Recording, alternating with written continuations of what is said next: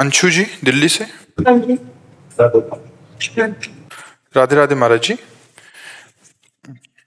महाराज जी, अगर मनुष्य जन्म 84 लाख योनि के बाद मिलता है तो हमारे इतने कर्म कैसे बन जाते हैं जिसके आधार पर मनुष्य शरीर का निर्माण होता है? पहली बार मनुष्य थोड़ी बने हैं, असंख्यों बार बन चुके हैं। सृष्टि की रचना जब से हुई तब से अभी तक असंख्यों बार बन चुके हैं। तो वही हमारे कर्म रखे हुए हैं मनुष्य जन्म के। संचित गोदाम है, संचित कर्म, क्रियमाण नई फसल है, और प्रारब्ध पुराने कर्मों के गोदाम से जो निकला हुआ है शरीर बना, उसका भोग है। तो पहली बार थोड़े मनुष्य बने, हाँ अनंतों बार असंख्यों बार बन गए। पर हमने कभी भगवान का भजन नहीं किया, कभी अध्यात्म में नहीं चले, उन्हीं भोगों को भोगते हुए सांसारिक कर्म करते रहे। तो आज भी वही भोग परेशान किए हुए हैं।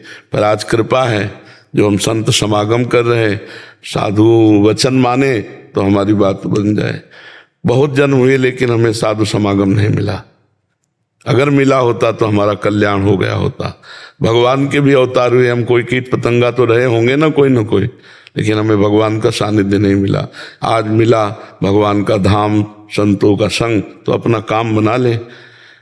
जैसे पहाड़ भर रुई ऐसे पहाड़ भर दिखाई दे रही हो, तो उसके लिए पहाड़ भर माचिस की थोड़ी जरूरत है, एक दिया सलाई की जरूरत है। एक ज्ञान की जरूरत है अनंत जन्मों के संचित कर्मों को भस्म करने के लिए। बस ये ज्ञान हो जाए कि मैं भगवान का अंश आत्म स्वरूप हूं, इस देह भाव में लगे हुए, इसीलिए हमारी परेशानियां बढ़ गई। देखो आप बात कर, किसका प्रश्न है? तो आप अपने को स्त्री मानते हैं ना, आप अपने को देह मानते हैं ना। यही अज्ञान हमारे कर्म जो शुभ अशुभ होते हैं उनको भोगने के लिए विवश करता है। और यही एक अज्ञान भर हट जाए तो सब ठीक हो जाए। अब इसी को हटाने के लिए फिर अध्यात्म में उतरना पड़ता है, संयम नियम से चलना पड़ता है, पवित्र भोजन नाम जप ये सब करना होता है। आपने बताया था कि कर्म जो होते हैं सिर्फ मनुष्य जीवन में ही जो कर्म किए जाते हैं उन्हीं का कैलकुलेशन होता है।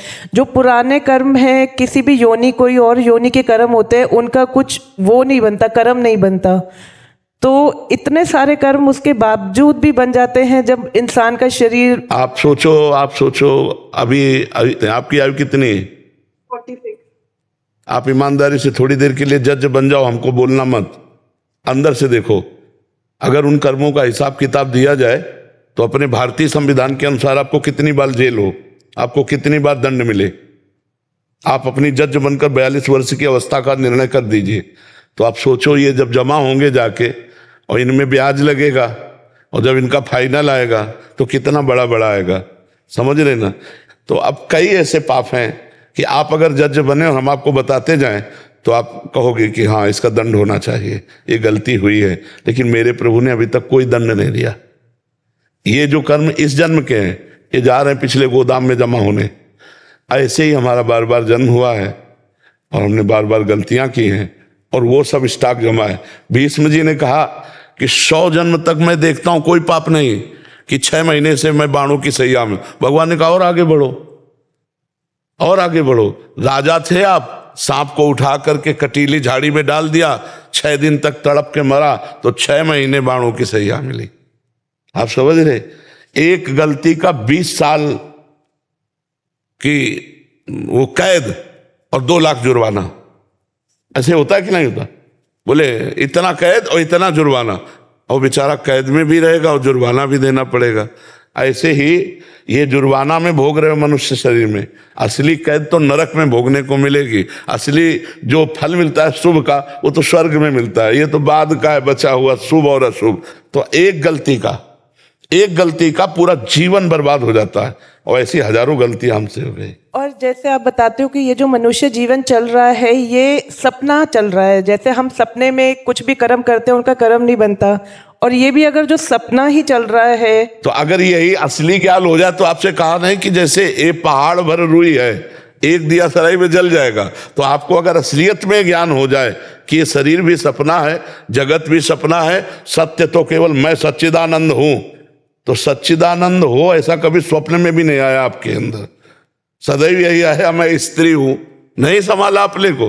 तो ये स्वप्न में अभी चल रही हो तो फिर स्वप्न में अगर पिटाई हो रही तो बिना जागे वो डंडा लगता है, वो दर्द होता है, नहीं होता?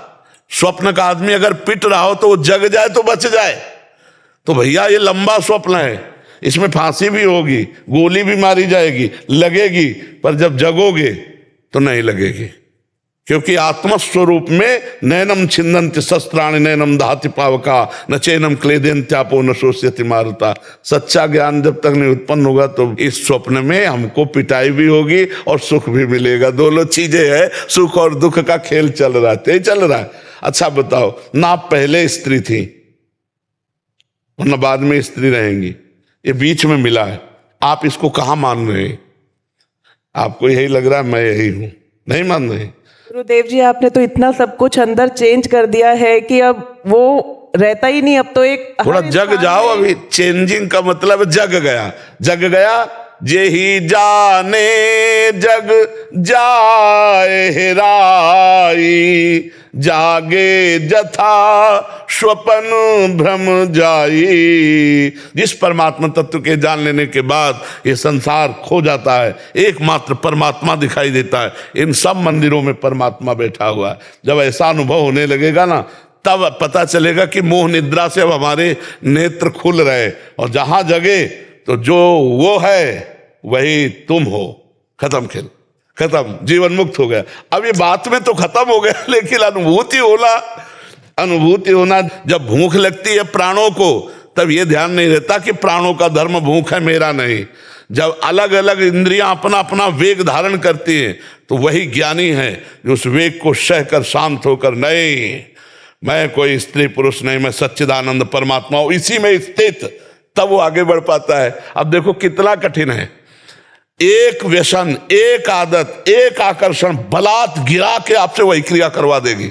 आप देखो सब बैठे हो, एक चाहत नहीं रोक सकते।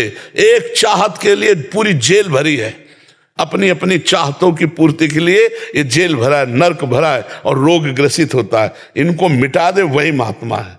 बहुत कठिन है पर सरल भी है। सरल उसके लिए है जिसे गाइड मिल गया। नहीं, भूल भुलैया में सब फंस जाए, लेकिन गाइड वाला वो नहीं फंसेगा, वो इशारा करेगा इधर चलो। तो गाइड कौन है? सदगुरु। उनकी आज्ञा पे चल दो तो माया मुक्त हो जाओ। और सदगुरु की आज्ञा पे चलना बहुत कठिन है। मन की आज्ञा पे चलना तो हो सकता है, सभी चल रहे, सदगुरु की आज्ञा पर मन मार के चला जाता है, ये बहुत कठिन बात है। हजारों को लाखों को चेला बनाया जा रहा है, लेकिन मन को चेला बना ले वही सच्चा गुरु। अपने मन को चेला बना ले वही सच्चा गुरु। तुमसे कोई पूछे कि आप बताओ संसार से कल्याण कैसे होगा, 1 मिनट में बता दोगे आप? नहीं बता दोगे। इतना तो सबको ख्याल है, राम नाम सत्य है, सत्य बोले मुक्त है। ये तो मुर्दा के साथ गाया जाता है, नहीं गाया जाता? तो राम नाम सत्य है और सत्य बोलो तो मुक्त है। परम सत्य भगवान का नाम है, जपो अभी मुक्त हो जाओगे। सबको पता है संसार झूठा है, सबको पता है मरना है, सबको पता है कुछ साथ नहीं जाना, पर देखो ना सब इसी में हाय हाय लगे। तो ज्ञान तो सबको, पर ज्ञान का प्रयोग नहीं है, वो प्रयोग होगा भजन से। जपो राधा राधा राधा राधा राधा, अभी मंगल होना शुरू हो जाएगा। जितना नाम जप करोगे उतना ही मंगल होगा, उतना ही शुद्ध ज्ञान, पवित्र बुद्धि, उतना ही विपत्तियों का नाश, हरि स्मृति सर्व विपद विमोक्षणम, महामंगल हो जाएगा। ज्ञान तो सबको, प्रयोग कर ले। प्रयोग करना बड़ा कठिन है, नहीं और आदमी पाप करो। बात और कहते हो कि जो भजदानंदी घर में होते हैं उनकी 21 पीढ़ियां तर जाती हैं जी। और 21 पीढ़ी तर जाती है, तो इसका मतलब अगर जो हम पहली पीढ़ी है कोई भजदानंदी की, तो हमारे को थोड़ा कम मेहनत करनी पड़ेगी या मेहनत काफी करनी पड़ेगी? तो आप 21 को बैठाल के थोड़ी चल रही। ये तो हमारे भगवान की तरफ से, जैसे हमारे भारत सरकार का कोई बड़ा अधिकारी होता है ना, तो उसका परिवार भी रेल में फ्री चल सकता है।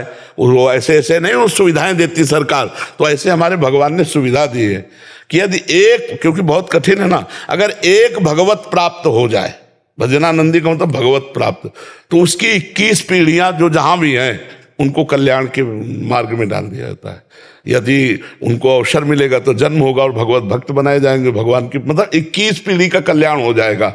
पर पहले अपना तो कल्याण हो पहले अपना कल्याण हो, तब 21 पीढ़ी का कल्याण। इनके किसी ने किया हो ऐसा तो थोड़ा उसकी हेल्प मिलेगी हमें। अगर किया होता तो ये मुक्त होते, पक्का समझो।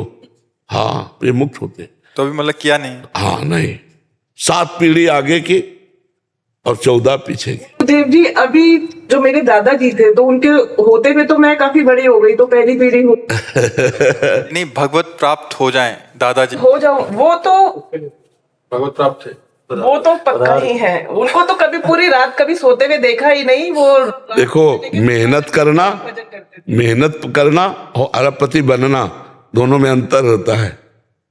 मेहनत तो कोई कोई बहुत करता है, पर सीधे सब्जी भी नहीं मिलती और चटनी रोटी खा के गुजारता है, और कोई कोई कम मेहनत करता है और अरबपति हो जाता है। नहीं, अगर सिद्ध भगवत प्राप्त महापुरुष का सानिध्य मिल गया और आंतरिक भजन पद्धति पता चल गई और देहाभिमान गलित होकर जीते जी मुक्त हो गया, वो है भगवत प्राप्त। भगवत प्राप्त मरने के बाद थोड़ी होता है, भगवत प्राप्त तो जीते जी होता है, भगवान में स्थित हो गया। अब ये स्थिति केवल भगवान जानते हैं, इसको बाहर से प्रदर्शित नहीं किया जा सकता, प्रमाणित नहीं किया जा सकता।